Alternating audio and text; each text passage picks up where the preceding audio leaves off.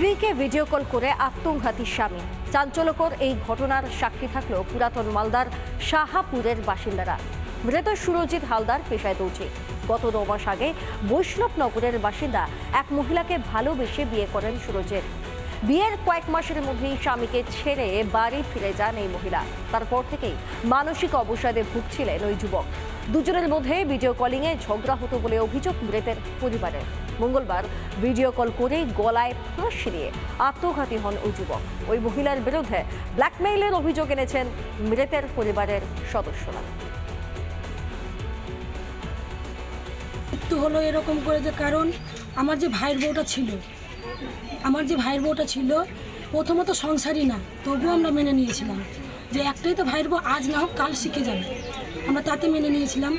কিন্তু মানার পরেও ও 2 মাস 2.5 মাসের মতন সংসার করার পরে ওর মা বাবা আসে ভাদ্র মাস কাটানোর জন্য নিয়ে গিয়ে আর দিয়ে পাঠায়নি। পাঠালো না তো একদমই পাঠালো না, বলছে আমি যাব। এবার বলে আমি যে যাবো, তুমি আমাকে কত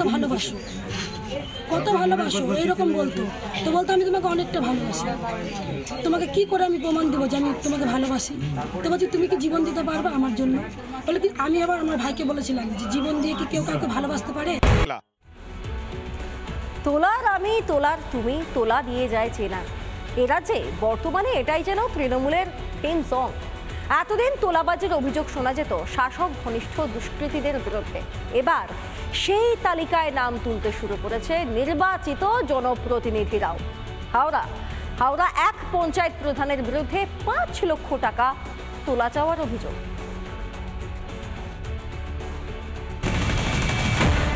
তৃণমূল জমানায় তোলাবাজিটাই যেন দস্তুর। সে পুরসভা হোক কি পঞ্চায়েত, সর্বত্রই শাসক নেতাদের পকেট ভরাতে না পারলে গাছের পাতাটিও নড়বে না। এটাই ঘাসফুল বাংলার 21 আইন। এবার খোদ পঞ্চায়েত প্রধানের বিরুদ্ধেই তোলা চাওয়ার অভিযোগ এক প্রমোটারের। ঘটনাস্থল হাওড়ার থানা মাকুয়া এলাকা। ওদের জেলা পরিষদ থেকে নাকি ওরা টাকা পায় না রাস্তাঘাট করার জন্য, ডেভেলপমেন্ট করার জন্য। আমাদের মতো প্রমোটারদের থেকে নাকি ওদের টাকা তুলে কাজটা করতে হয়। টাকার জন্য বারবার প্রমোটারের অফিসে ঢুকে হুমকি দেওয়ার অভিযোগ এক পঞ্চায়েত সদস্যের বিরুদ্ধে। তোলা না দেওয়ায় বৈধ কাগজ থাকা সত্ত্বেও থমকে গিয়েছে বহুতল নির্মাণের কাজ। টাকা দিতে হবে, টাকা না দিলে প্রাণনাশের হুমকি দিয়েছে, প্লাস বলেছে কাজ করতে দেবে না, এই এরিয়াতে কাজই করতে দেবে না আমার। যার বিরুদ্ধে অভিযোগ সব শুনে আকাশ থেকে পড়েছেন সেই পঞ্চায়েত প্রধান। প্রমোটারের বিরুদ্ধে ষড়যন্ত্রের অভিযোগ শাসক নেতার। কারোর প্ররোচনায় করেছেন নাকি ওনার কোনো নির্দিষ্ট কোনো উদ্দেশ্য আছে আমি ঠিক বলতে পারবো না। এখানে এতগুলো বিল্ডিং হচ্ছে, কারোর কাছে কেউ বলতে পারলো না, হঠাৎ করে অভিজিৎবাবু বলে ফেললেন। আমি তো জানি না অভিজিৎবাবু স্যার। সাঁকরাইল থানা ও হাওড়া পুলিশ কমিশনারেটে লিখিত অভিযোগ দায়ের অভিযোগকারী প্রমোটারের। এমনকি মুখ্যমন্ত্রীর দফতরে মেল করেও বিষয়টি জানান প্রমোটার। তবে কোনো পদক্ষেপ নেওয়া হয়নি বলেই অভিযোগ। উল্টে ঘটনার কথা জানেন না বলে দায় ঝাড়ার চেষ্টা পুলিশের। আমাদের ওখানে থানায় যদি কোনো অভিযোগ জমা পড়ে থাকে, এটা আমার নলেজে নেই, আমি খোঁজ নিই, তার ডেফিনেটলি ব্যবস্থা করবো। যদি এটা ঘটনার এলিগেশনটা যদি সত্যি থাকে অ্যাকশন করা হবে। রাজ্য জুড়ে শুধুই তোলাবাজির অভিযোগ।